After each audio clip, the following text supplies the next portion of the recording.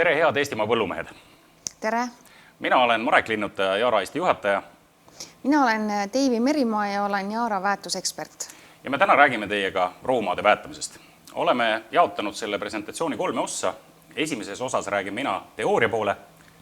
Mina räägin Yaara viita leheväetistest ning mikroelementide mõjust taimedele ja loomadele. Ja lõpetame kogu selle osa siis katsetulemustega.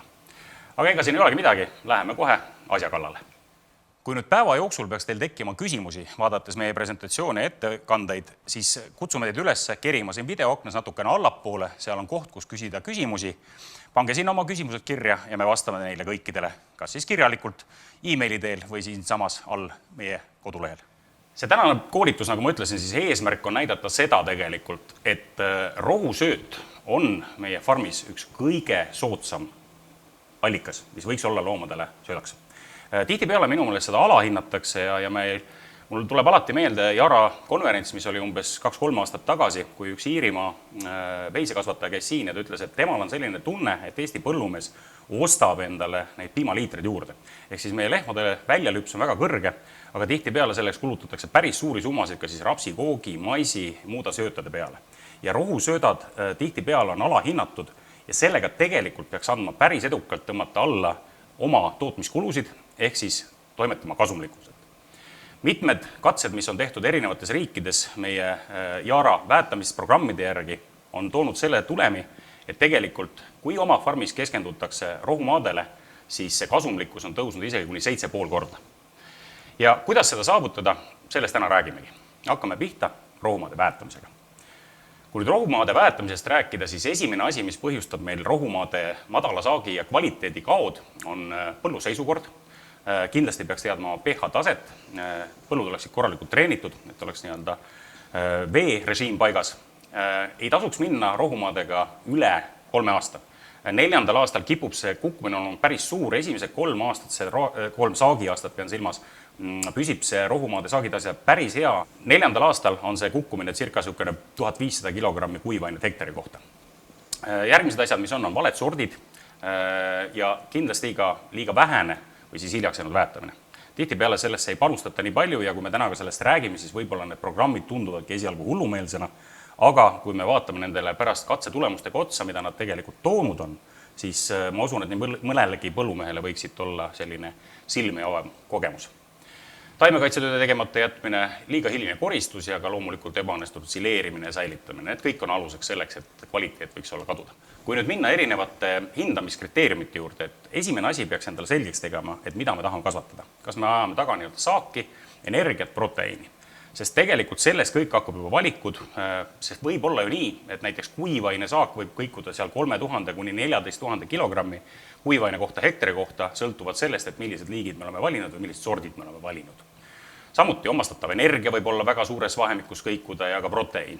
Et esimene asi peaks iga põllumees endale selgeks tegema selle, mida ma tahan oma põldudelt saada ja mida ma plaanin nii-öelda oma söödaratsiooni sisse osta juurde. Panen ka siia korraks meelde tuletuse, mida me oleme küll aastaid juba proovinud põllumeestele meelde tuletada, et millised need kultuurrohusööda sihtväärtused võiksid olla. Need on nüüd koostöös Eesti põllumeestega ja ka Maaülikooliga üle vaadatud numbrid ja võib-olla mõnelegi tunduvad need numbrid esialgu sellised küllaltki väljakutse esitavad, aga tegelikkuses võiksid nad sellised olla, sest mida kaugemal on näitajad nendest eesmärkideks, seda suuremad on meil olnud siis saagi ja kvaliteedi kaod. Ja mis peamine, korrigeerivaid tegevusi, kui on avastada, et midagi ei tule päris täpselt nii, nagu sooviks, siis neid tuleb teha kiiresti, sest et muidu me kaotame selle investeeringud, mis me oleme teinud ja mõju just tema sööda kvaliteedile kaob.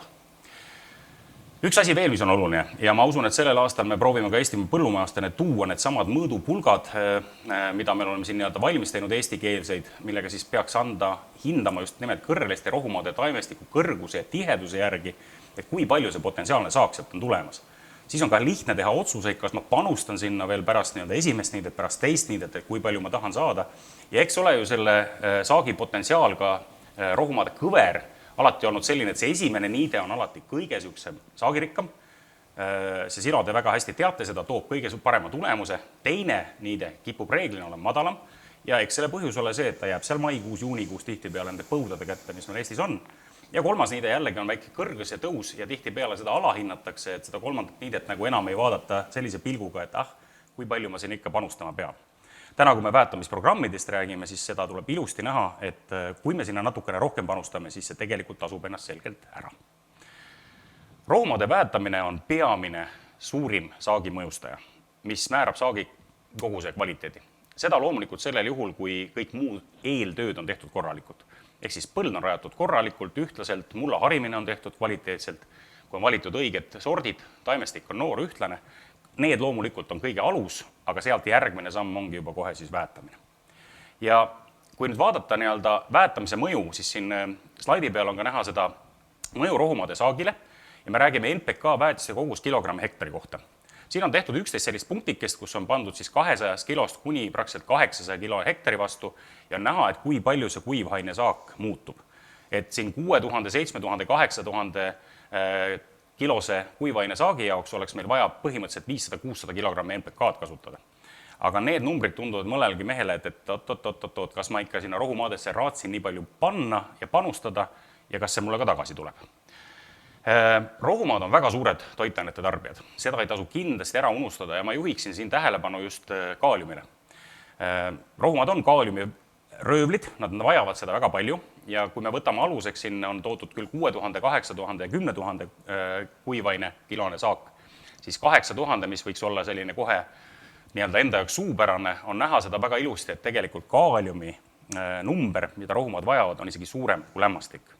Ja nii mõnigi mees võib-olla oma programmis arvab, et okei, ma annan talle sinna sõnnikuga või lägaga selle kaaliumi ära, et ta saab sealt kätte. Jah, me tuleme ka selle juurde kohe ja näitame, kui palju sellest saada on, aga seda ei tasu kindlasti ära unustada, et orgaaniline kaalium on väga kiiresti leostutav ja käest ära minev põllust rohumaa jaoks kätte saamatu. Pannakse juurde ka kaaliumkloriidi, aga ka sellel on omad miinused ja ka sellest natukene räägime. Ja rääkimata siis just sellest teisest poolest, mis siis puudutab mikrode poolt, me räägime siin vasest, singist, mangaanist, millest Deivi hakkab hiljem rääkima, need kiputakse tihtipeale ära unustama ja me ei räägi sellest mitte ainult rohumaade ja rohutaimede kasvuseisukoha pealt, vaid peamiselt just ka looma tervise seisukoha pealt. Ja kui me nüüd läheme siit edasi ja võtame siis seda, mis vahepeal rohumaade valdkonnas on toimunud, siis üks asi, millele võiks tähelepanu pöörata, on see, et nii nagu üldse põllumajandus on toimunud väga suured arengud viimaste aastate jooksul, nii on täpselt samamoodi toimunud ka rohumaade valdkonnas. Et järgmised 2 slaidi, mida me nüüd vaatame, on Soomest, mis on tehtud katseid viimase aastate jooksul just nimelt uute kõrreliste timutisortidega. Ja mida selle 2 slaidiga me siin tahame tähelepanu juhtida või millele? Et see alumine must joon on tehtud siis varasemate katsete põhjalt, kus on tehtud Salo kandis 2013, et sinna ei ole ka väga palju 9 aastat tagasi, kui neid katseid tehti. Ja sealt on näha, kui palju peaks andma lämmastikku selleks, et kasvatada selline 7000 kilone kuivaine saak hektari kohta aastas. Ja kui sinna juurde panna mõned kriipsud, siis et tegelikult ei ole see olukord Soomes ka nii väga roosiline, ehk siis keskmine lämmastikumäär, mida soomlased kasutavad hektari kohta, põllumehed on 155 kilogrammi lämmastikku hektari kohta. Ja tegelikult ei ole seda sugugi palju. Et kui me võtame keskkonnasõbralike kasvatamise reeglid, mis Soomes on, siis see määr oleks 240 kilogrammi aastas hektari kohta. Ja nitraadidirektiivi ülempiir on 250, et see on väga lähedal. Mida see slaid nüüd aga näitab, on see, et uued sordid, siin 2 konkreetselt on maaninga ja ruuki, aga siin on ka olemas tika, tuure, neid sorte on veel, nendest me ka oma katsete juures räägime, siis need uued saagid on suutnud kasutada ka ilusti 300-400 kilogrammi lämmastikku ära hektari kohta ja selle tagajärjel on selle kuivaine saagikus kasvanud siin üle 10 000, ehk soomlased räägivad juba 12-14 000 kilost hektari kohta. Ja see on viinud selleni, et Soome praegu põllumehed koostöös on pöördunud isegi ministeeriumi poole selleks, et nihutada seda Soome nitraadidirektiivi piiri kaugemale, et tõstada sinna 300-350 kilogrammi peale, sest et uued sordid lihtsalt suudavad paremini seda lämmastikku ära tarbida ja suurema saagi kasvatada. Aga ka see pole veel kõik. Sest teine, mis nende samade katsetega välja tuli, oli just nimelt proteiinisisaldus, mida me teame ja kardetakse, et väga suure lämmastiku kasutamisega kipub see lõhki minema. Ja lõpuks on see proteiininumber väga kõrge. Ja siit on jällegi näha, et varasemad katsed, mis oli see sama 2013, kippusid minema seal juba 300-400 kilogrammi kohta, läks see proteiinisisaldus päris kõrgeks, aga uuemad sordid, mis nüüd 2015-16, näitavad väga ilusti ka selle ära, et isegi 300-400 kilogrammi lämmastikku NPK-des kasutatuna loomulikult või siis on ta ka orgaanikaga sinna põldu toodud, on niisugune kohe tükk maad madalamal, mitu pügalat madalamal, mis tähendab siis seda, et tegelikult siit võib teha ühe järelduse. Uued sordid on selgelt kasutavad seda proteiini ka saagi, mitte ainult proteiinide moodustamiseks. Ja kui nendest võeti analüüsid, siis mis oli nagu põllumehe jaoks oluline, ehk siis nitraadisisaldused ei olnud kuidagi läinud lõhki, vaid taim oli selle ilusti ära kasutanud nii saagi kasvatuseks, mitte siis nii-öelda proteiini üle piiri minemiseks. Veel lämmastikust paar slaidi ja siis lähme juba järgmiste elementide juurde. Meil on ju fosfor ja kaalium ka veel läbi käimata, aga lämmastiku juures see on üks hea katse ja mulle väga ise meeldib seda just analüüsida, sest et siin on tehtud see pool, mida me ka pärast oma võib-olla videotes näitame, ehk siis varajase väetamise kohta. Aavo Samarüütel räägibki sellest, kuidas varajane väetamine on tema väetamist mõjutanud.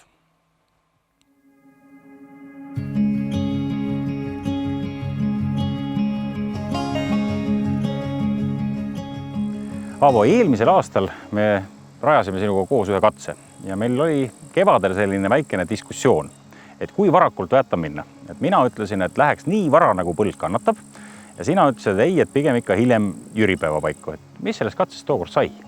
No see jutt on päris tõsi jah, et tegelikult mul siiamaani kõik need aastad, mis me männikupiimas oleme silo teinud, ma olen rohumaad väetanud kuskil ütleme 20–25 aprill selles vahemikus. Ja miks ma seda olen teinud? Soome katsetes ma kunagi nägin, et see oli nagu kõige optimaalsem periood. Ja kuidagi ühtemoodi, ühe mustra järgi väetasin kõik aeg. Aga tänu nüüd sellele katsele jah, oli plaan, et no katsetame siis. Ja me tegime niimoodi, et me jaarakatset siis väetasime 1. aprillil ja nii-öelda oma põllu poolt ma väetasin 22 aprill. Väetis oli jaaraväetis 25-15, 300 kilo hektari peale. Ja noh, eks me ju koos seda põldu jälgisime, et tegelikult esialgu tundus, et mul on õigus. Tuleb tunnistada, ma käisin põllus ja ise pidin nii-öelda vahepeal ütlema nukralt, et tuleb müts pihku võtta, et sinu pool nägi tegelikult parem välja. No mul oli päris hea tunne kõik aeg seda vaadata jah, et ilmselt mul ikka jääb õigus. Aga lõpus juhtus mis meil? No kui koristamine kätte tuli ja tegelikult ma ei uskunud oma silmi ja õigem oleks öelda kaalu, sest me tegime see kuivaks seinaks. Ja ma detailselt mõõtsin selle põllu üle ja hektari saagi vaheks tuli tegelikult 1 tonn. Ja see on kuiva heines? See on kuiva heina puhul, jah. Ja nimelt siis, mis me 1. aprill väetasime, sealt me saime 5 tonni hektarilt kuiva heina ja mis me väetasime siis nii-öelda minu plaani järgi 22. aprillil, sealt me saime 4 tonni. No tundub jah, et ega mitte midagi siin ilmas pole nagu jäävat, et teeme kõik aeg ühtemoodi. Ja see aastal 2020, ma väetasin esimese ringi 30. ja 31. märtsil. Ja selle aasta esimene saak ju tegelikult oli ka korralik. No, saak oli võib öelda tugev kohe. Väga rahul. Super luks. Seda on hea kuulda.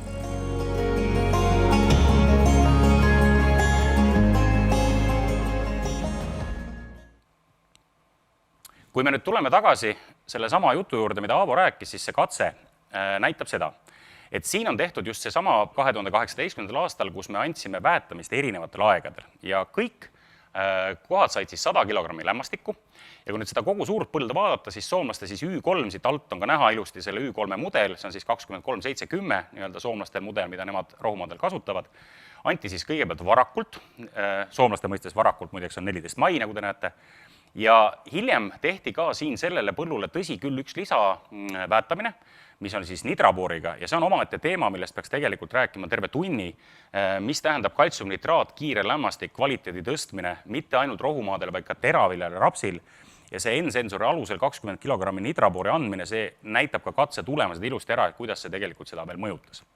Aga järgmistel katselappidel anti siis seda sama Y3 jagatud kasutamisele, ehk siis varakult 60% ja hiljem 40%. Siin ilusti katselappide peal on ka need protsendid kirjas. Kolmas katse oli siis see, kus tehti jällegi jagatamine, aga 80% kohe ja 20% hiljem.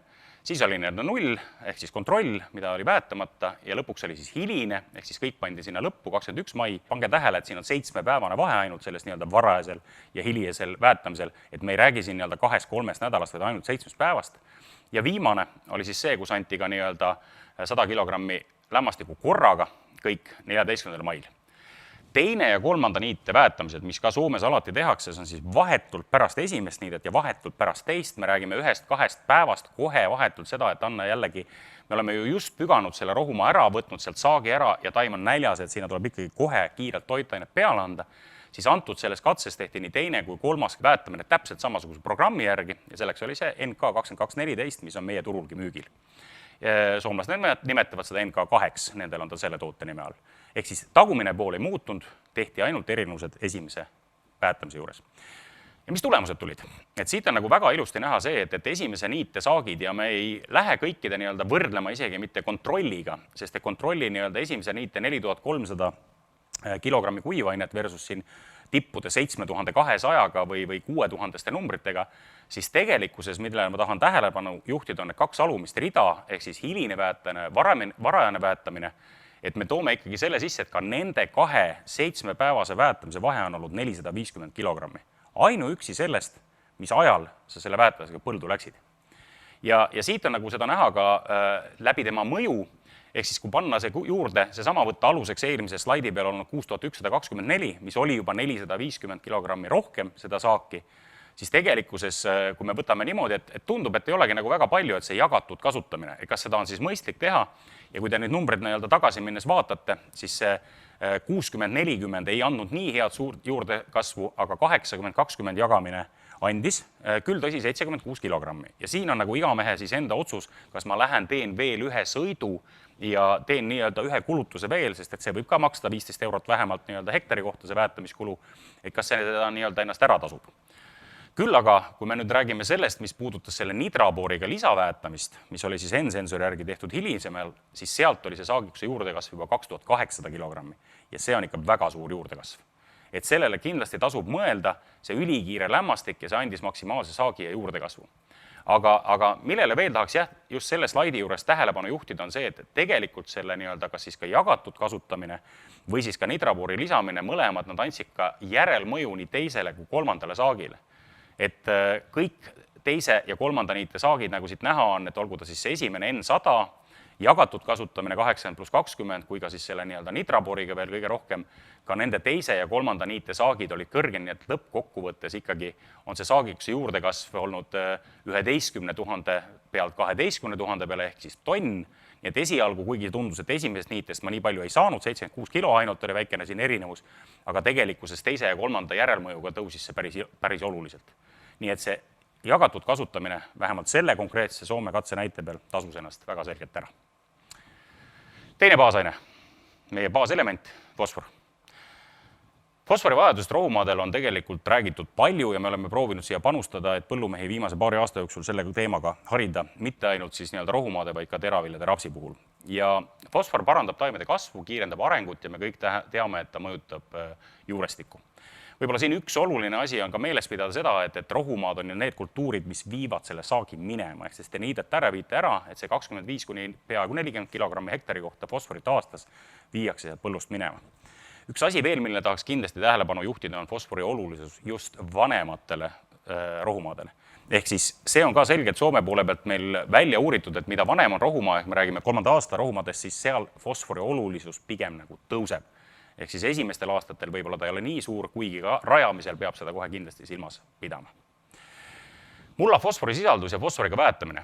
Et esimene asi, mida me oleme kõikide koolituste juures rõhutanud, me ju teame, et fosfor on see, mida mõjutab juurestikku. Ja siin on ka päris head pildid sellest meie oma Jaara Kotkanime keskusest, mis on siin Helsingi külje all ainult 40 kilomeetri põhja poole sealt.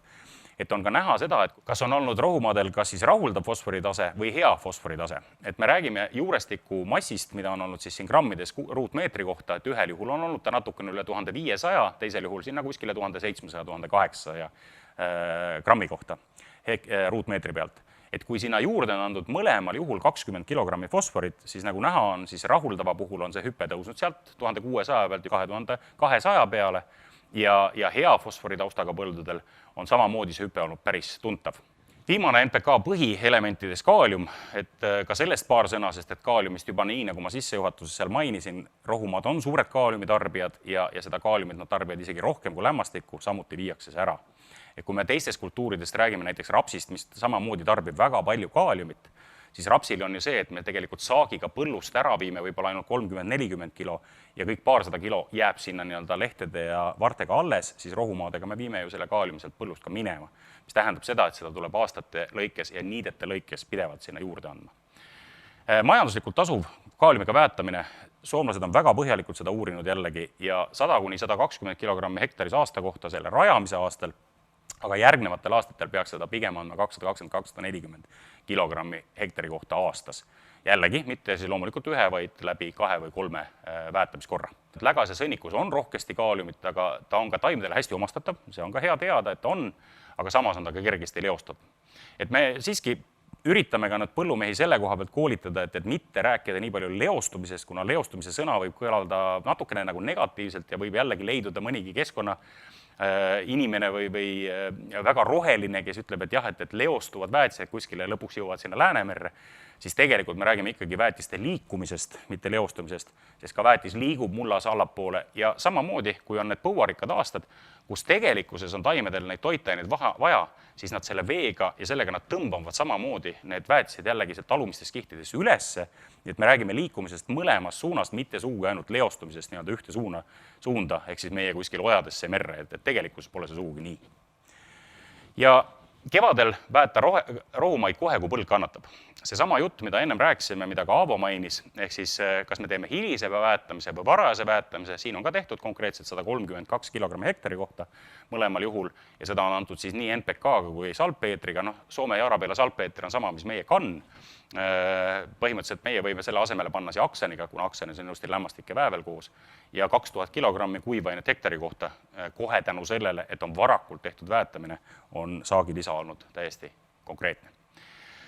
Üks asi, millega siis võib-olla vaadatakse mööda ja jällegi tulles selle sama video juurde, mida me just vaatasime siin Aavo koha pealt, et see sama pluss 0 kraadi, et see tundub nagu, et kas ma pean ikka nii palju varakult minema, et kipub ju olema nii, et kui me kevadisest väetamisest räägime ja tavaliselt märtsi lõpus, siin 23. kuupäev, kui me lubatakse minna põlde väetama, see esimesed asjad on ikka see, et lähme talirapsile, talinisule, anname ära, et nad on nälge, see taim tahab kohe süüa ja rohumaadele anname siis, kui jõuame.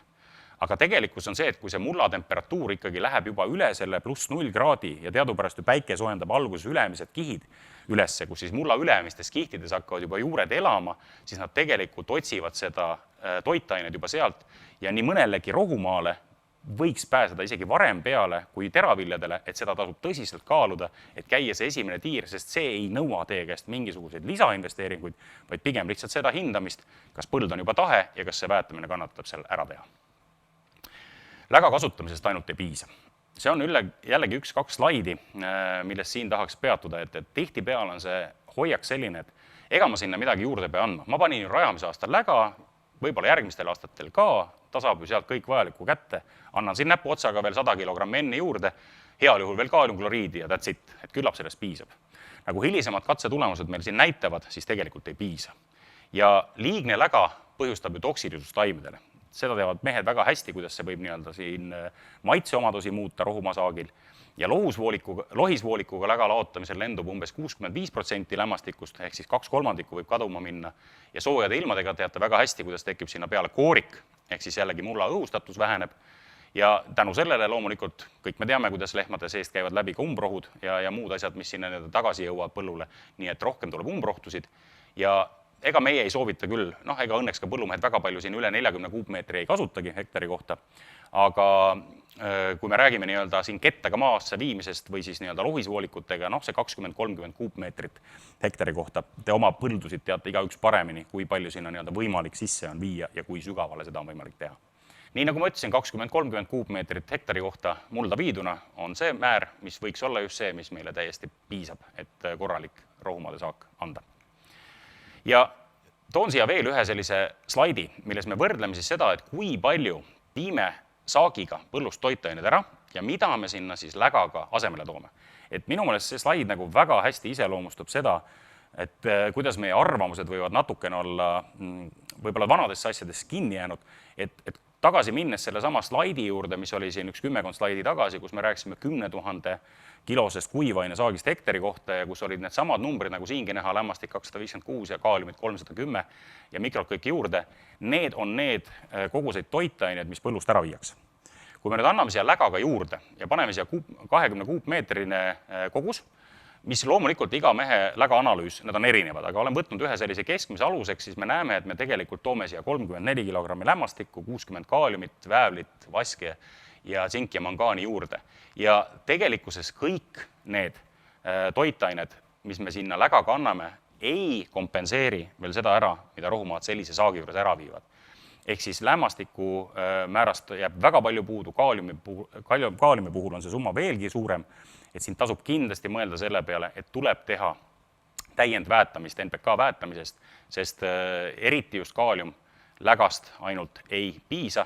Me peaksime sellisel juhul, et seda määra kätte saama, nagu ma ütlesin, loomulikult iga mehe lägaanalüüsid on erinevad, aga see tähendab 200 kuupmeetrit hektari kohta ja see pole loomulikult realistlik kasutada. Ja läga vajab täienduseks muud kui ainult lämmastikku, siin on ka hea üks väikene katse selle tõestuseks, et kui on pandud siin läga 30 kuupmeetrit ja jällegi siis kasutatud see sama Soome salpeetrit esimesed juhul ja on olnud 7500 kuivaine saak, me räägime siis sellest esimesest vasakpoolsest tulbast, siis teisel juhul, kui on kasutatud Jaaramela Y4, mis siis meie puhul Eestis ongi see sama, mida me Eestis ka pakume, 25-15 müügis, ja kolmandal juhul on siis kasutatud Jaaramila Y6, mis on ka Eestis müügil olev 17-11-12 NPK. Et siit on ka väga ilusti näha just see, et kuigi lägabaas on kõikidel 30 kuupmeetrit, siis ühel juhul andes ainult lämmastikku ja teisel juhul andes juurde ka fosforit ja kaaliumit, vastavalt siis Y4 või Y6 kaudu on see kuivaine saak kasvanud siin üle 10 000 ja isegi üle 13 000 kilogrammi kuivaine kohta hektari kohta. Ja neid katsed on tehtud hankija poole pealt, nii et need ei ole Jaara kuskil katsed, vaid nii-öelda meie ühe edasimüüja, kes ise sõltumatult tahtis ka veenduda, et kas ikkagi nendest NPK-de kasutamisest kasu on. Et 5700 kilogrammi kuivainet hektari kohta aastas juurde saada, ütleks nii, nagu Villu Reiljan ütles, et pole paha. Rohumaade väetiste toote valik siia lõppu. Et meil Eestis ei ole see väga pikk, aga täiesti piisav täitmaks ära need, mis meil rohumaadele vaja on. Ja esimene toode nendest on Jaaramila 25-15. Et siin on nii kaaliumväävel loomulikult olemas ja mis meie rohumaade väetiste juures kindlasti üks oluline asi on, millest soomlased on rääkinud juba aastakümneid, on seleen. Ehk siis see, mis inimeste tervisele vaja on. Samuti ka mikroainete paketis siin boor täpselt samamoodi juurde. Ja mis nende väetamise kulunorme puutub, siis see sõltub sellest, et milline teil on see mulla analüüs näitab, kui palju teil toitained mullas olemas on, et ta võib kõikuda nii, nagu siin esimene, teine ja kolmas niide on välja toodud, praktiliselt kahekordne number, kas 270-500 kiloni, 180-400 või 100-200. Ehk siis see määr on väga suur, et ikkagi te peate oma põldu teadma, parem on, kui on tehtud mulla analüüsid, teate täpselt, mis seal all on, et siis saate ka otsustada, kui palju juurde anda. Teine toode, mida me ise oleme positsioneerinud pigem just teise ja kolmanda niite väetiseks, ehk siis vahetult pärast esimest niidet ja vahetult pärast teist on NK 2214.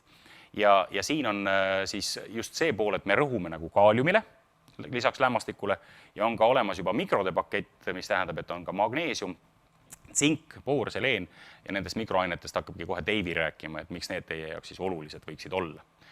Ja selle koha pealt, mis me võime öelda, et nende rohumaade väetised sisaldavad meil väävel, boor, seleen, siin on ka välja toodud ilusti see, et mida siis üks või teine element, millist mõju ta avaldab ja mitte ainuüksi siis nagu taimede kasvu seisukoha pealt, vaid nii nagu me juba sissejuhatuses ka mainisime, et tegelikult ka loomade tervise seisukoha pealt ja see on oluline, jällegi Deivi peatub sellest hetke pärast pikemalt.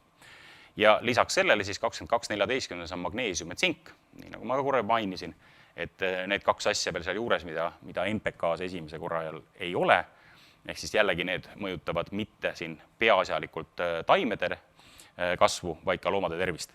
Ja mina ütleksin niimoodi, et NPK-väetised on selle looma tervise üks nagu alus, aga sellele on vaja lisaks panna ka mikroaineid, mis tähendab seda, et mikrosid on võimalik sinna juurde anna ka teist teed pidi, ehk siis Jaaravitade kaudu, mitte ainult graanulväetistega, vaid ikkagi ütleme nii, et graanulväetistega me laome sinna alla korraliku vundamendi ja mikroväetistega me aitame seda maja sealt pealt üles kõpitseda ja ilusti tervena hoida. Ja mis siis iseloomustab jaaraväetiseid, nende punktide peal ma pikalt ei hakkaks siin peatuma, sest et kõik on neid aastate jooksul jaaraväetiste kvaliteedis veendunud, aga endiselt, nagu me oleme lubanud, et mis on kirjas koti peal, see on ka kotis sees, et see kogus on seal õige, et toitained on seal õige ja loom saab tõepoolest selle, mida ta vajab. Mida võiksin veel tähelepanu juhtida, on kindlasti see CV koefitsient ehk siis laotamise ühtlikkus. Et eriti rohumaadel ka, et siin selle jõudlus, just selle tööjõudlus suureneb päris oluliselt, kui me saame 30-36 meetri peale ühtlaselt visata ja jaara saab selle garantii anda, et tõepoolest see nii on, mis tähendab seda, et te jõuate jällegi oma rohumaad kiiremini ära väetatud.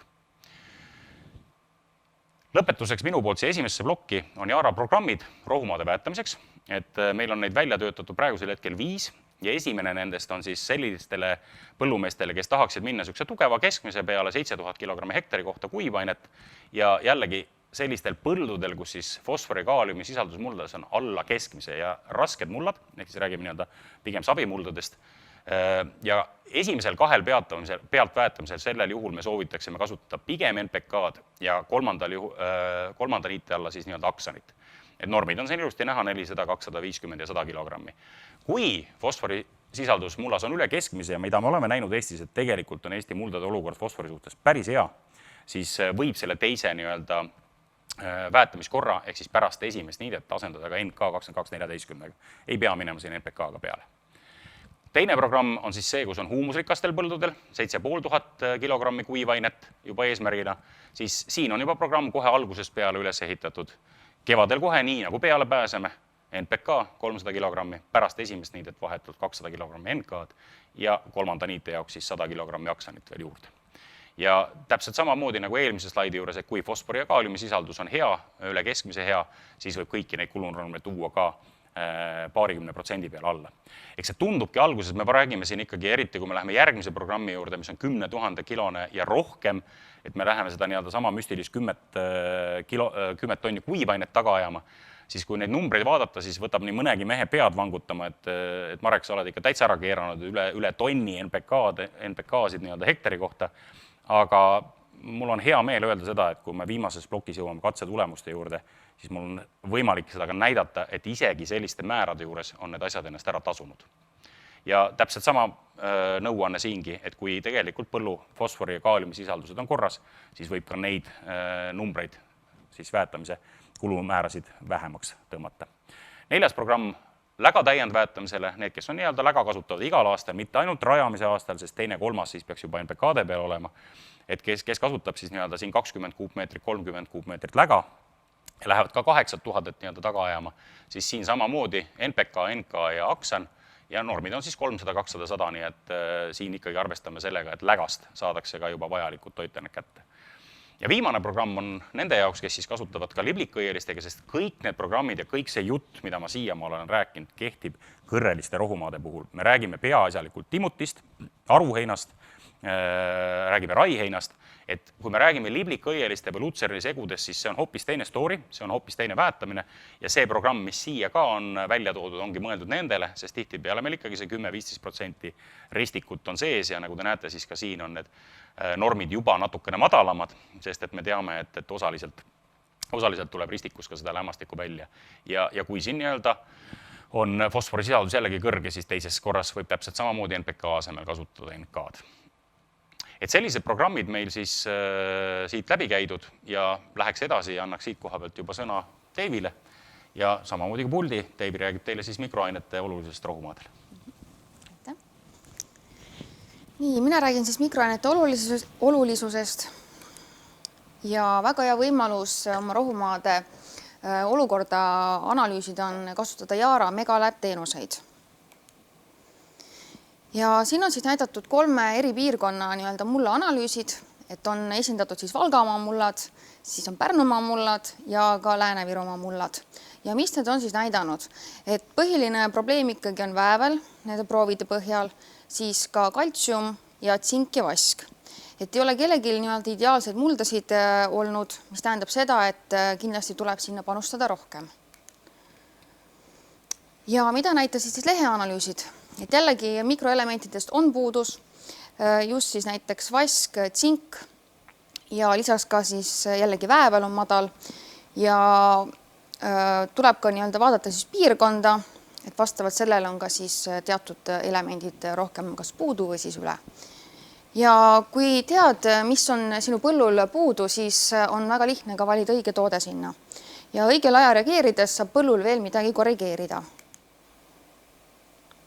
Ja erinevate mikroainete mõjus siis loomade tervisele. Tsink, mille puudus siis esines proovide põhjal väga tihti, on siis oluline, et tagada loomadel süsivesikute ja valkute lõhustamine, hormoonide tootmine ja immuunsussüsteemi tugevdamine. Ja puuduse sümptomiteks on siis eelkõige nahakahjustused, kuiv nahk, halb söögiisu, toitainete omastamine nõrgeneb ja lisaks ka kaalulangus. Ja meil on olemas toote, mis aitavad seda vältida, nagu Jaaravita Gramitel, Jaaravita Sintrek ja Jaaramila MPK väetised ja MK väetised. Magneesium jällegi oli probleemne nii-öelda proovide põhjal ja magneesium on just väga oluline mineraal, mis siis vastutab luude ja pehmete kudede eest.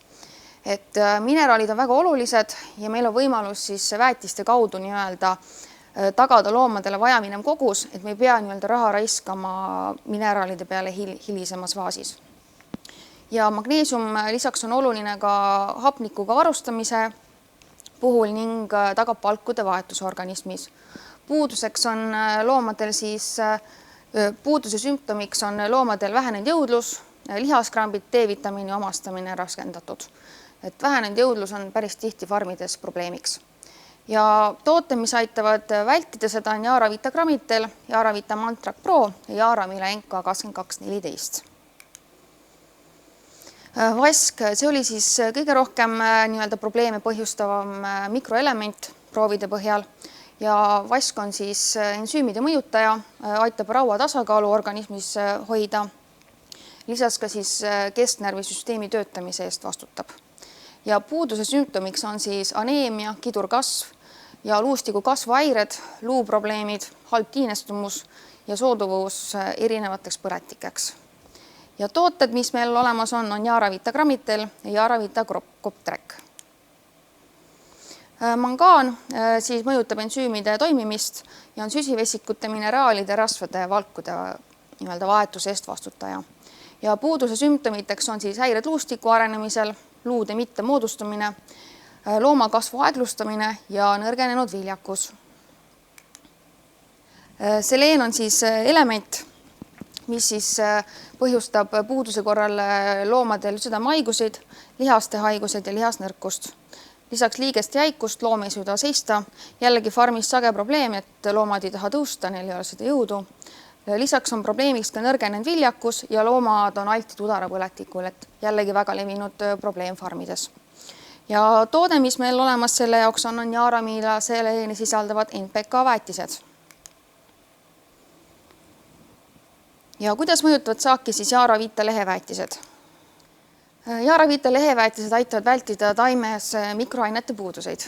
Et mitme elemendiga väetised on meil Jaaravita Teotrek, Jaaravita Gramitel, mis aitavad siis mitme elemendi puudust parandada.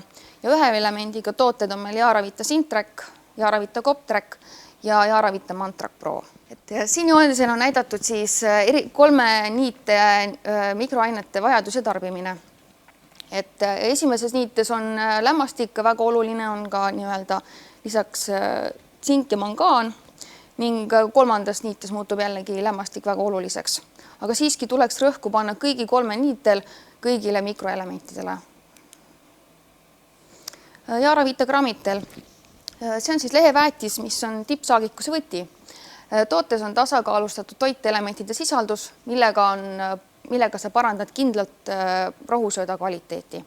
Ja toitelementide sisaldus on siis selline, sisaldab 150 grammi magneesiumit, mangaani, tsinki, vask ja lämmastikku. Et tagab siis mitme elemendi puuduse korral siis toitelementidega kaetuse. Ja kulunormiks siis 1–2 liitrit hektari kohta. Ja siis siin on näidatud ka katsetulemused, et Jaaravita Gramitel tõstab märgatavalt rohumaade mikroainete sisaldust. Nagu näha on Jaaravita Gramitel siis tõstnud mangaani sisaldust 47% võrreldes töötlemata põlluga, siis vaski 67% lausa ning tsinki 17%. Jaaravita Sintrek. et tsink oli ka siis element, mille puudust esines proovide põhjal väga tihti ja rohumaade tsingi sisalduse tõstmiseks on siis Yaravita Zinc-Track kõige parem toode. Ja kasutades normi 1,0 liitrit hektari kohta saavutame rohumaade sellise tsingisisalduse, mis on loomadele vajalik ja nii-öelda ka taime jaoks. Ja sisaldab siis see toode tsinki 700 grammi liitris ja lisas ka lämmastikku. Ja siis siin on näidatud Yaravita Zinc-Tracki toitainete sisaldused, et see toode siis tagab loomadel miinimumvajaduse, et siis vasikatel ja ka nii-öelda veiste puhul. Et kui on nii-öelda põllul ei ole antud tsinki, siis on kohe näha, et loomad ei saa piisavalt rohusöödast tsinki kätte. Yaravita Mantrac Pro siis jällegi on toode, mis aitab mangaani puudust vähendada ja sisaldub ka lämmastikku. Ja lisaks kulunorm on 1,0 kuni 2 liitrit hektari kohta ja aitab kaasa siis rohusööda kvaliteedi parandamisele. Ja jällegi, et töötlemata põllul loomad ei saanud piisavalt söödast kätte mangaani ja Yaravita Mantrac Pro on ilusti katnud ära siis miinimumvajaduse ja on nii-öelda kui ülejäänud. Yaravita Teotrack jällegi aitab siis tagada väävli ja lämmastiku vajaduse. Kulunormiks on 5,0 liitrit hektarile ja aitab jällegi saagikust suurendada. Ja kui lisada 14 kuni 21 päeva enne esimest niidet oma rohumaadele Teotracki ehk siis lämmastiku väävlit, suurendati rohumaade saagikust kuni 15%. Ehk siis oluline väetis, et saada kõrgemat saagikust. Yaravita Coptrack on siis toode, mis sisaldab vask ja lämmastikku.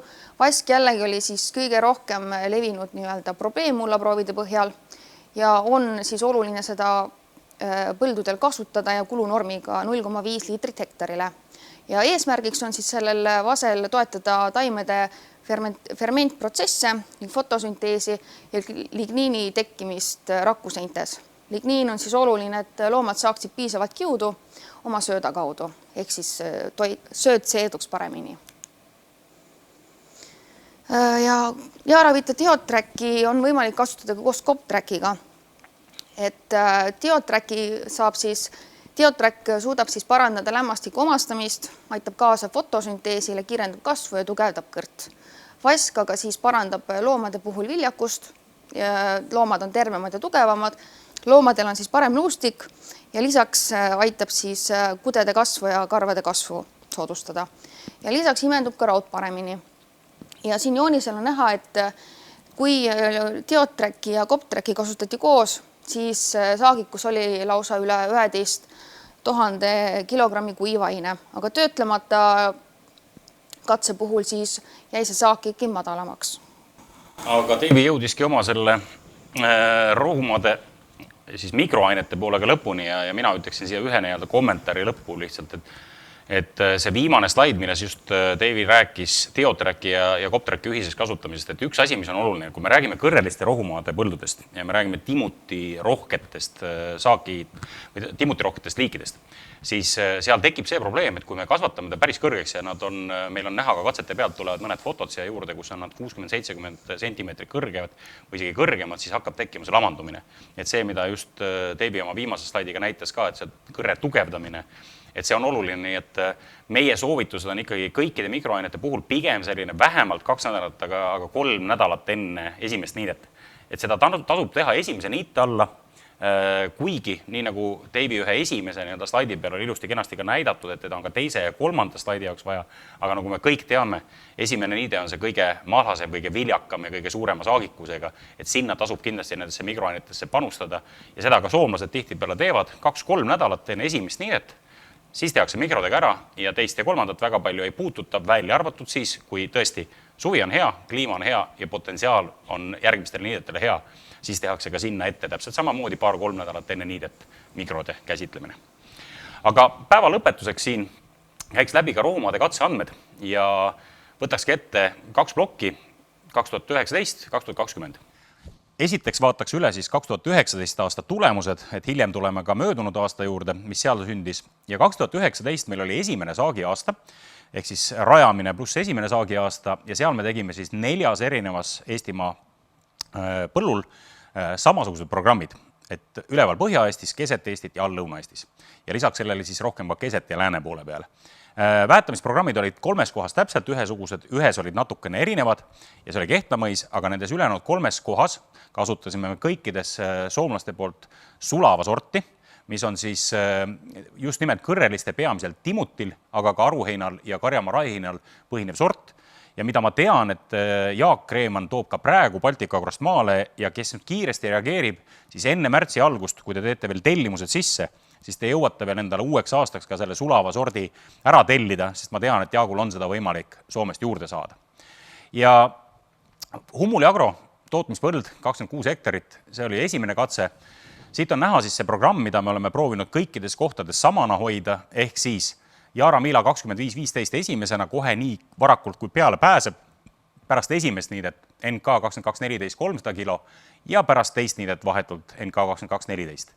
Ja siin kohal esimene aasta me proovisime ka seda teha, et teha grammitreliga, aga me ei jõudnud enne esimest niidet, vaid ta jäi enne teist niidet ja selle tõttu oli võib-olla natukene teistsugune programm kui teistes kohtades. Ja põllumehe enda programm teiselt pool vastas, jällegi seal on esimeses valikus Jaara toode, edasi on kornkaali nii-öelda, et anda kaaliumit ja siis NS-i täpselt samamoodi. Alt on näha ka ilusti, kui palju on antud lämmastiku, fosforit ja kaaliumit ja milline on olnud lämmastiku ja väävli suhe.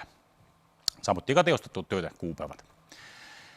Siin ka mõni foto ja nagu näha on, seda massi on tõesti olnud, et seda tõepoolest on olnud ja seda on hea selle mõõtepulga pealt ka siis näha ja neid mõõtepulkasid me proovime Eestimaa põllumeesteni toimetada, et nad saaksid ka hinnata just oma kõrreliste rohumaade potentsiaalset saaki, et sellest ka teha järeldusi, kui palju ma veel pärast esimest niidet võiksin ja peaksin panustama väetamisse, et endale vajalik loomade rohusööda kogus kätte saada.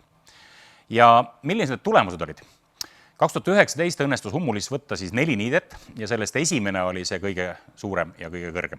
Et teine, 3., 4. need juba jäid rohkem sinna põua kätte ja seal ei olnud nii palju vett, kui võib-olla vaja oleks. Et tavaliselt see teine on madalam, 3. viskab nõksu ülesse ja 4. on juba see küsimärk, kas teha või mitte. Aga antud juhul siin siis silosaak ja kui seda võrrelda siis kuivaine saagiga, siis kohe esimesel saagiaastal 8700, ligi 9000 kilogrammi kuivainet hektari kohta versus põllumõi 7800. Kui võrrelda nüüd seda ka kvaliteedinäitajat, siis mäletan, mida Are just mulle ütles, et tema sootehnik oli väga happy selle üle, et Jaara programmis toorproteiin püsis ilusti kontrolli all, et ta oli öelnud, et anna mulle palun loomade jaoks seda rohkem. Et see 18 kippus juba üle selle piiriana, 15 oli talle väga meeldis sellele. Ja ka teised näitajad sellest teisest niitest väga korralikud. Et kui me räägime sellest majanduslikust poolest ja nende majanduslike slaidide seletuseks ütlen kõik, et vaadata seda silo omahinda nende kõikide tulevaste programmide juures, mida me käime just see 35 € tonni kohta. Et selle üle me võime siin vaielda ja diskuteerida, see on nüüd koos Eesti Maaülikooli ja põllumeestega välja töötatud numbrid ja selle sisse tegelikult mahub päris palju. Et nii mõnigi mees ütleb, et ei, ma teen silo 15-20 euroga ära, et mis 35. Aga kui sa ütled talle, et okei, aga müü siis mulle silo 15-20 euroga, siis ei, no sellega ma ei müü kindlasti, et ikka 30-35-40 tahaks saada. Et see on täpselt see, et kuidas keegi oma arvestusi peab ja teeb ja siinkohal, kas ta arvestab sinna sisse näiteks maaparandusele tehtud kulud, kas ta arvestab sinna sisse maarendid, kas ta arvestab sinna osa masinate amordist, siloaukude rajamise, nende uuesti ümber tegemise, parandamise, osa raamatupidamise juhtimiskuludest. Et kui neid asju loomulikult kõrvale jätta ja öelda, et need on osa farmi nii-öelda üldkuludest, siis võib seda numbrit nii-öelda väiksemaks kujundada, aga tegelikkuses neid peaks ikka kõike vähemalt osaliselt arvesse võtma. Ja sellele me oleme jõudnud, et see 35 on päris adekvaatne number, et ei ole ta liiga väike ega liiga kõrge. Ja kui me võrdleme Hummuli programmi, mille maksumus oli Jaara omaga võrreldes 40 € nii-öelda madalam, siis sellele vaatamata on Jaara programm ära tasunud nii selle lisaväetise kulu kui ka tegelikult toonud selge kasumi. Teine katse, läheme ülesse Põhja-Eestisse, Voore farm, täpselt samamoodi, 4-aastane esimene saagiaasta, sama sort, põhimõtteliselt oleme ka täpselt sama programmiga liikvel, aga siin on küll väikene erinevus selles, et meil oli lihtsalt väetiste kohale tarnimisega esimesel aastal juhtisid seal väike apsakas, et üks koorem jõudis ennem kui teine ja sellepärast läks esimesse niitesse kõigepealt 22-14 ja 2015 läks seal nii-öelda nädalapäevad või natukene rohkem sinna hiljem järgi ja põllumees endal oli juba teinud aprilli lõpus, nüüd siin oli nagu see katse läks natukene esimesel aastal meil sassi, et kõigi eelduste koha pealt see varajane väetamine põllumees enda poole peal akseniga tegi ja pärast hiljem oli seal antud juurde veel kaaliumkloriidi ja AN-i, et see oleks pidanud igatepidi nagu mõistlikum olema, sest et esimene Yaara poolel sai tehtud natuke teistmoodi. Peale esimest niidet ja peale teist niidet need läksid juba täpselt nii, nagu plaanipärast oli, ehk siis pärast niiteid teha ära ja 300 kilogrammi või siis 150 kilogrammi. Alt näha ka jällegi NPK-S-i määrad ja lämmastiku ja väävli suhe. Mis jällegi ütlen, et see, mis põllumehe poole peal see 25:1 peaaegu, et see ei ole rohumaadel päris paigas. Ja tulemus on selline. Silo, esimene jällegi vaieldamatult kõige parem ja kolmas niide ka ei kosudunud ülesse, kuigi ta tavaliselt seda teeb, aga seekord mitte. Ja kui nüüd võrrelda kuivaines, siis jällegi ligi 9000 Yaara poole pealt versus 7500 põllumehe pool. Mis tähendab seda, et kui me võrdleme ka kvaliteedi näitajaid täpselt samamoodi, Yaara katse poole peal proteiin väga hea, kuivaine sisaldus, teised näitajad ilusti paigas, et anna ainult lehmale ette, ei ole mitte midagi siin kurta. Ja kui me võrdleme nüüd majanduslikku poolt, siis vaatamata sellele, et Yaara programm on olnud pea 100 euri kõrgemalt, siis on ikkagi endiselt jäänud pisikesse plussi, tõsi, mitte suurde 10 eurosesse, aga mina ütlen, et selle katse üle mul oli väga hea meel, sest et arvestades selle üle, et meie enda väetamise pool jäi nii-öelda paar nädalat hiljemaks, siis ma olin seekord veendunud, et see esimene saak, see trumpab nii-öelda põllumehe pool lihtsalt meid üle, kuna selle tavaoludes oleks see pidanud nii juhtuma. Aga kui ta näitas, et isegi sellisel juhul hilinenud NPK andmine taastas selle ära ja võttis nii-öelda järgi ja suurema saagi, siis see oli nagu väga-väga positiivne minu jaoks. Järgmine katse. See on nüüd tehtud Kehtna mõisas ja seal on natukene teine sordi segu. Ehk siis siin on see Baltika groniidu segu, kus on ka punast ristikut sees, et seal ei ole nüüd seda sulava sorti, see on suurem põld ja sellepärast oli ta see, kes teab, siis Kehtnast läbi sõites sealt nii-öelda pärast bensujaama vasakut kätt see 100 hektarine põld. Et seal sai see katse tehtud ja kui nüüd vaadata siin, siis siin on need numbrid palju väiksemad. See tähendab seda, et me oleme toonud selle 25, 15, 22, 14 ja akseni täpselt nii, nagu ma väetamisprogrammide juures rääkisin, määrasid väiksemaks 320, 240, 120 kilo ja NPK, NK, NS. Põllumees ise pärast rajamist, esimene aasta sai ju läga pandud, annan varakevadel kaaliumkloriidi ja annan AN-i ka veel juurde, annan kaaliumit, annan lämmastikku, aitab küll. Jällegi ütleks, et selline vägagi tüüpiline tihtipeale esine farmides, et sellest ju piisab, kuna eelmine aasta rajamises sai korralikult ju NPK, sai korralikult läga alla andud. Ja kui me võtame silot, siis esimene aasta 2019 sai Kehtnas tehtud 4 niidet, et tuligi, siin oli see üllatus küll, et teine niide oli praktiliselt sama hea kui esimene, et selle esimese niite ei tulnud nii suur, aga siin tuleb jällegi kindlasti arvestada seda nii-öelda kooslust, ehk siis punane ristik, et see oli nüüd teistsugune kui nende Timuti ja kõrreliste baasil. Aga saagi vahe silos ja ka kuivaines ikkagi väga suur, ehk siis 11 kuivainet, jällegi tuletan meelde koosluse peale mõelge, aga erinevus nii-öelda põllumehe Yaara programmi peal väga suur ja kui me võtame selle rahasse, siis vaatamata sellele, et põllumehe 70 euro versus Yaara üle 200 eurone kulutus plussi paarsada eurot hektari kohta. Et ütleks niimoodi, et super tulemus. Ja neljas katse, mis meil on tehtud, siis täpselt sama programm nagu meil teistes kohtades. Me oleme siis jälle keset Eestit Järvamaal Revruk farmis, jällegi sulava sordi peal tehtud siis puhtalt kõrreliste pool. Esimene saagi aasta, programm sama, 450 NPK-d, siis 300 NK-d ja 150 NK-d. Grammitril läks ka seekord, ei jõudnud esimeseks korraks, vaid läks nii-öelda teise niite alla. Ja põllumehe enda poole peal on kasutatud nii 21,611 NPK-d kui AN-i, et seal on ka esimese korra peal NPK-sse panustatud, on antud ka AN-i veel juurde ja ka peale teist niidet on ka viimaseks korraks antud veel AN-i. All ilusti näha jälle siis NPK ja väävli kogumäärad ja ka suhted, jällegi juhin tähelepanu siin nii-öelda selle lämmastiku väävli suhtele, mis rohumaadel võiks olla sinna 10-11 ühele.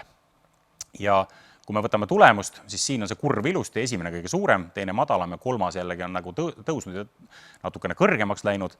Niite kuupäevad ilusti näha, millal on üks või teine niide tehtud ja silo vahe 27 tonni versus 22, et päris oluline vahe. Ja kui me selle asja paneme ümber kuivainesse, siis jällegi Yaara katse poole peal natukene alla 9000, põllumehe poole peal üle 7100. Et vägagi tuntav vahe ja mis oluline, paneme selle jälle taas rahasse, siis vaatamata sellele, et programmide maksumus on siin nii-öelda 160 eurone circa erinevus, siis on see toonud ikkagi veel põld ka 40 euri Yara poole peal plussi. Kui me võtame 2019 aasta kokku, siis jällegi ühe slaidi peale pannes see sama sissejuhatuses toodud üle 10 000 kuivaine kilo hektari kohta, kas utoopia või reaalsus. Et võib öelda, et Kehtna mõisa puhul ei ole utoopia, aga tegelikkuses ütlen nii, et 2019 aasta numbreid vaadates mitte ükski katse ei jäänud väga palju alla 9000 Yara poole peal ja mis meie jaoks eriti rõõmu tekitav, kõik katse tulemused olid meie jaoks positiivse sellega, mis tähendab seda, et Yara väetamise kõrgem kulu oli ilusti ära kaetud ja tõi ta veel ka lisatulu. Ja läheme siit edasi nüüd 2020 aasta katsete juurde. Ja 2020 aasta tulemused on siis sellised, et me tegime erinevates punktides 4 katset. Tegelikult oli neid katseid 5, aga kuna üks rohumaa meil Voore farmis läks käest ära, selles mõttes, et see oli küll pikaajaline katse, aga omanik tahtis oma maid tagasi saada, siis me sellega nagu lõpuni ei saanud minna ja sellepärast meil on ette näidata 3 nii-öelda tootmiskatset ja 1 siis nii-öelda ETKI ehk siis Jõgeva katseinstituudis täppiskatse. Ja esimesena käsitleksimegi siin Hummuli Agros Valgamaal tehtud katset, mis on siis nii-öelda teine saagiaasta, ehk siis rajamine pluss teine saagiaasta. Jällegi seesama Soome sulava sort, mis on siis timutit 65% aruhein ja karjamaa raihein, nagu näha, kõik on kõrrelised. Tootmispõld 26 hektarit. Ja need programmid, et millest me siis räägime? Et kui me programme vahel võrdleme, siis iga põllumees on teinud ju oma selle valiku nii, nagu tema pidas seda otstarbekaks. Et siinkohal on näha, et ega Hummul ei ole väga palju kokku hoidnud, ka nemad on kasutanud juba esimeses niites Yaramila NK-d, on kasutatud kaaliumkloriidi, on kasutatud NS-i mitmel korral, et see ei ole sugugi kindlasti mitte mingisugune säästuprogramm, et põllumees on ise ka panustanud päris korralikult. Ja meie Yara programmides on siis jällegi see sama jutt, mida me oleme proovinud korrata, et 450 kilogrammi 25-15 kohe varakevadel, pärast esimest niidet siis NK 2214 ja peale teist niidet ka NK 2214. Et me oleme seda programmi korranud erinevates punktides just, et oleks üks ja sama programm kasutatud mitmes kohas ja näha, et kuidas siis see tulemus on tulnud. Ja Grammitrel on ka siin 2-3 nädalat enne esimest niidet, nii nagu sellest juttu oli siin juba mikrode poole peale. Et juhin ka tähelepanu kindlasti kõikide slaidide all on see NS suhe, ehk siis lämmastiku-väävli suhe, mis meie puhul on 7,5-1, põllumehel on ta nii-öelda veel kangem olnud. Et pigem rohumaad tahaks 10-11-1, et siin võib-olla see suhe on natukene rohkem teravilja oma kui rohumaade oma. Ja mõned fotod ka, nagu ma lubasin, et siit on näha seesama mõõdupuu, mida me siin proovime ka Eesti põllumeestele nüüd toimetada ja millega saab väga ilusti kõrrelist ja rohumaa saaki hinnata, et milline ta siis välja nägi ja kui palju see potentsiaal on, et siin on ka näha, et täistiheda puhul vasakpoolne pilt, et see on olnud siin üle 4000-4500 kanti kuivainet 1 hektari kohta. Ja tulemused. Silo saagid 2020 õnnestus siis Hummulis teha 4 niidet isegi, et siit on näha nii-öelda silo numbritena, esimene, teine, 3. niide ja samuti siis ka kuupäevad, et näha on, et silo vahe on olnud selline paar 1000 kilogrammi 33 tonni versus 31, aga kui me läheme kuivaine juurde, mis on meie jaoks siiski see huvitavam pool, siis siit on näha, et kokkuvõttes, 4 niite kokkuvõttes Yara pool katsel 9,8 tonni versus põllumees 9,1. Et nüüd selle sama esimese slaidi pealkirjas, et 10 000 kilo, kas utoopia või tegelikkus, ei ole ju nagu väga kaugel sellest. Ja oluline põllumehe jaoks on ikkagi raha, et kui palju siis see üks või teine asi maksma läheb ja siit on näha, et vaatamata sellele, et see Yara programm oli ligi 800 kilogrammi või 800 kilogrammi NPK-de tuuri, siis lõppude lõpuks oleme katnud ära nii kallima väetamisprogrammi kui ka toonud veel kasumit. Ja jällegi juhin tähelepanu siin, et programm, mis on põllumehe poole peal, ei ole mingil juhul säästuprogramm, vaid ka põllumehed ise on panustanud päris korralikult siia. Ühest niitest võtsime ka kvaliteedianalüüsid, see on siis teise niite kvaliteet, et on näha, kui palju siin on kuivaine, proteiini, NDF-i, ADF-i, DDM-i ja energiasisaldused. Et neid tuleb paar tükki veel, et siis on nagu hea võrrelda ka, et erinevates katsekohtades ja teine niide, nagu ma tavapäraselt teame, ei ole nagu see kõige nii-öelda rikkalikum olnud. Ja seda näitas ka eelmine nii-öelda katse kokku. Kui me võtame teise nüüd katse, mis on tehtud siis Kehtna mõisas, ja siin on nüüd see erinevus, et kui me räägime Kehtna-mõisast, siis Kehtna-mõis oli ainuke koht, kus me siis tegime selle punase ristikuga ehk siis Baltic-agroniiduseguga, kõrrelised pluss punane ristik ja selle tõttu olid ka need programmid natukene erinevad, mis tähendab seda, et meie nii-öelda NPK, NK programm oli natukene madalamad, nii nagu ma ka juba väetamisprogrammide juures ütlesin, et siis saab nende toodetega väiksemate normidega minna. Ja põllumees ise täiesti tüüpiline, kuigi pean ütlema ka, et ka Marko on oma nii-öelda plaane natukene muutnud, ehk siis kornkaalit on olnud juba 150 ja Uralchemi 37K, et on antud juurde nii kaalimit kui lämmastikku, et esimene aasta oli üldse ainult praktiliselt lämmastikubaasine. Et siis ei olnud väga palju midagi. Ja jällegi siit on ilusti alt NPK näha kokku, et kui palju siis on antud. Ja siit on näha, et kui me rääksime nendest toitainete vajadustest, siis 7 kilo fosforit või 68 kilogrammi kaaliumit kindlasti ei piisa selleks, et võtta selliseid tipp 10-12 tonniseid kuivainesaake hektari kohta. Aga Kehtna ilmastik teine, nagu näha, siin on just teine saagikus olnud väga hea, teine niide on andnud just selle tulemuse ja siin on silonumbrid, ilusti kuupäevadega näha, millal on tehtud ja kokkuvõttes siis palju on ka saaki tulnud, aga kuivainet, kui võrrelda jällegi Yaara pool katse 9,8 versus siis põllumehe oma poole peal 8,2 tonni. Väga suur vahe ja kui me võtame nüüd nii-öelda majandusliku poole, siis kui väetamisprogrammi erinevus on olnud 70 versus 210 euri, siis see on näha, et siin on 140 eurone nii-öelda hinnavahe, aga ka selle on ära kompenseerinud see lisasaak pluss on andnud veel juurde ka puhast tulemit, ehk siis tegelikult oleme veel ikkagi kasumis. Järgmine katse, keset Eestit lähme Mäokandist natukene Roosna-Alliku poole ja Rebruck farm. Sama sulava sort, teine saagiaasta, nii nagu Humuliski, tootmispõllul, pooleks jagatud 13,6 hektarit, korralik põld. Ja siit programmid jällegi erinevad. Et Yaara poole sama, mis Humuliski tehtud, 450, 300, 150, pärast siis enne, ehk siis varakevadel, pärast esimest ja pärast teist niidet, grammitel samamoodi, ja ka põllumehe poole peal on kasutatud, nagu näha, on NPK-d, on kasutatud AN-i veel juurde ja on pärast ka teist ja kolmandat. Et seda ma võin ka öelda, et põllumeeste programmid on juba nii-öelda teisel aastal, ehk siis teisel saagiaastal, on ka suurenenud ja kasutatakse juba natukene suuremaid norme. Ja siit on ka näha, et lämmastiku fosfori ja kaaliumi normid on kõrgemad. Mõlemal poolel ennest suhe ka väga hea, ei saa midagi öelda, et põllumehe poole peal täiesti korralik. 3 niidet ja jällegi esimene saak, no see üllatas väga korralikult, et 21 tonni nii-öelda siit silo võtta esimese niitega, teine jäi kuiva kätte, kolmas oli jällegi natukene parem, nii nagu need kasvukõberad on, aga esimese korra pealt praktiliselt võtta kohe 6000 kuivainet ja kokku üle 9000, et ei ole paha. Ja viimane pool siin sellest katsest siis jällegi majandusalanüüs, räägime 150 euroses suurusjärgus väetamisprogrammi maksumuse erinevusest, aga sellele vaatamata nii see lisakulu väetisele kui ka tegelikult lisatulem on kõik ennast ilusti ära tasunud. Ja viimane katse oli siis etkis, mis me tegime siis täppiskatsena, see on siis olnud 4 kordust, need on väiksed ruudud siin, 0,08 hektarised ruudud ja siin katses on nüüd teistsugune kooslus, ehk siis siin on erinevad timutisordid, seal on kõik need uued tikad, tuured, mis on just turule toomas, nii Baltic-Agro mõtleb neid kui ka teised Eesti seemnekasvatajad, et võiks tulla ja siin ühine huvi oligi Borealisega ka koostöös katsetada, kuidas nad Eesti tingimustes toimivad ja millised võiksid olla puhtalt ainult siis timutisortide saagikused. Et programm iseenesest sama, ehk siis 450 NPK-d ja siis on NK-d 300 ja 150 ja teise poole peal on vastu panna see nii-öelda, enam-vähem võiks öelda traditsionaalne põllumehe programm, ehk siis annan AN-i, annan ka kaaliumkloriidi, pärast esimest niidet annan AN-i ka, aga ega ma sinna kolmandasse ei panusta.